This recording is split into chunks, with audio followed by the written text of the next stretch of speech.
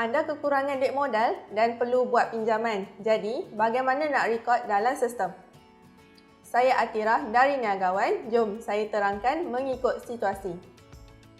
Situasi yang pertama, pinjaman baru. Jika anda baru saja terima pinjaman dari pihak ketiga, contoh pihak tekun, mara atau syarikat lain, bagaimana nak rekod pinjaman baru berserta bayaran bulanan?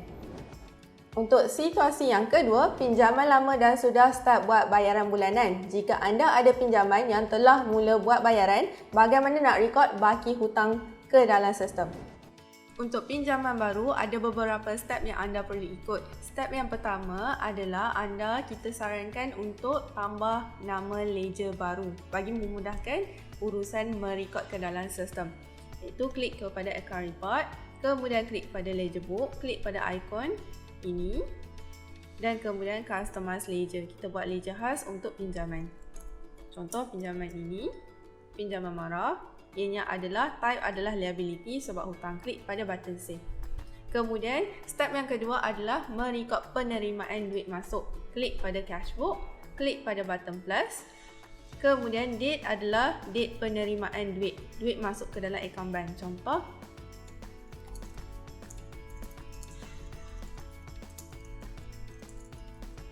berapa amount yang telah dimasukkan ke dalam bank.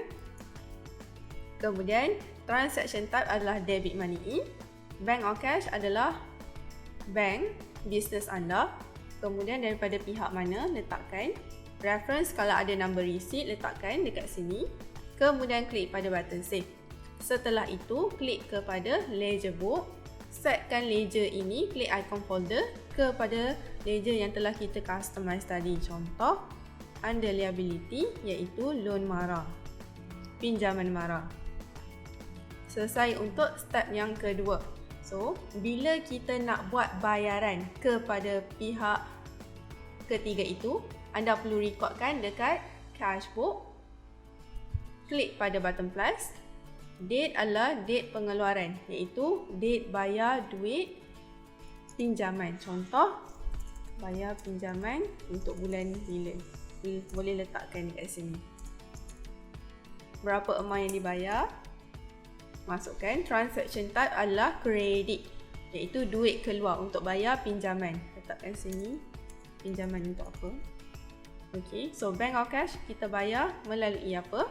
Business. Kemudian kepada siapa? Ini step untuk bayar pinjaman. Kemudian klik pada button save. Kemudian klik pada ledger book, setkan kepada ledger yang sama.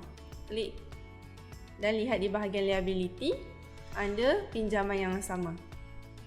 Dan kalau nak tengok baki, semak baki, klik pada type sini.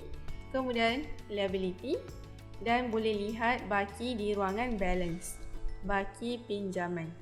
Dan kalau nak tengok detail, klik pada ikon anak panah. Pada bulan bila, boleh letakkan dekat sini. Untuk situasi yang kedua, iaitu masukkan baki hutang pinjaman ke dalam sistem, ada beberapa step yang perlu anda ikut. Step yang pertama, kita sarankan untuk customize ledger. Klik pada account report, klik pada ledger book, klik pada ikon ini dan kemudian klik pada button plus. Letakkan pinjaman ini. Type adalah under liability. Klik pada button save. Dan kemudian bila kita nak rekodkan baki hutang, klik kepada quick entry, opening journal. Ledger adalah under liability yang kita customize tadi. Date adalah date permulaan rekod ke dalam sistem bila. Contoh pada tarikh ini. Dan semak baki hutang pinjaman pada tarikh ini bila. Contoh ada sebanyak amount ini. Kalau ada sen, masukkan. Klik pada button add. Step yang kedua. So, step yang ketiga, bila mana kita buat bayaran kepada pihak tekun. So, klik kepada cash book ataupun membuat pembayaran pinjaman. Klik pada button plus. Kemudian date adalah date pembayaran. Contoh, bayar pada 8 hari bulan. Bayar pinjaman tekun. Kemudian amount berapa yang dibayar. Contoh, bayar RM1,000. Transaction type adalah kredit. Bank or cash adalah payment method. Bayar secara apa? payer boleh letakkan kepada siapa kita buat pembayaran, kemudian klik pada button save. Dan klik ledger book untuk kita setkan kepada ledger pinjaman tersebut. Lihat di bahagian liability, pilih nama pinjaman. Okey, untuk nota tambahan, sekiranya pinjaman tersebut ada interest, anda perlu record dengan membuat adjustment ledger. Caranya adalah klik dengan button plus, kemudian date adalah date interest tersebut, tahunan ataupun by bulanan. Contoh, interest marah punya pinjaman. Boleh copy sebab kita kena buat debit interest, amount interest. Contoh, debit interest iaitu expenses, iaitu loan interest. Okey.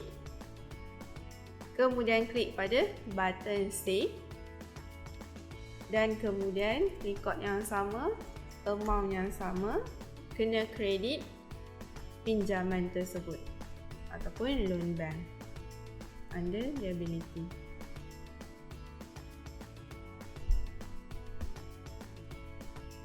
Dan kemudian klik pada button save.